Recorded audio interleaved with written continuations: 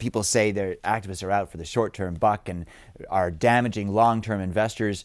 What's your take on this? There's even a political backlash against it. Right. Well, look, I think it's a nice little soundbite, but like most soundbites, it's really a canard. And I don't think, by the way, it's an effective tale for companies to tell their shareholders, because I don't think the institutional investors believe it to be true.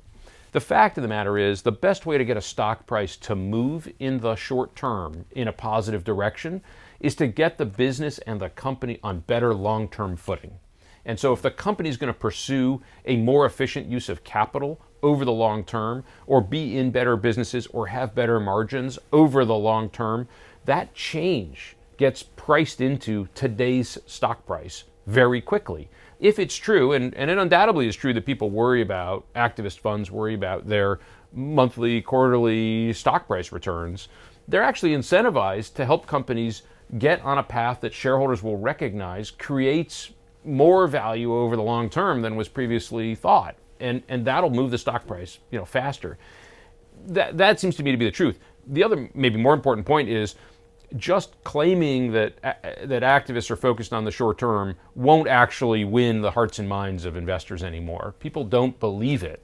And so it's a canard that gets used over and over. It's tired and it's ineffective. At the same time, I think we're seeing activists perhaps having longer term ideas. It's not just lever up and buy back stock. It's not just sell off a division or sell the company.